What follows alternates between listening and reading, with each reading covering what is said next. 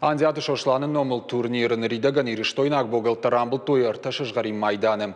Сагат ирыштойнак спортсментай фыцак фешкухт хазарыгаты ажамат. Хасы авдайсы пар килограмм ожы.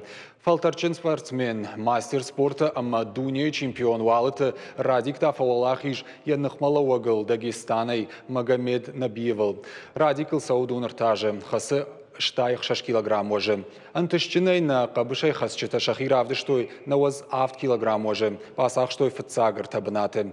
Фыцаг бынат райшта ргон автошарзыд защиты аршамак дыкак бынат райшта дудайты шошланбек. Бронзай хисаута ши курдячын спортсмен Гажата Аслан.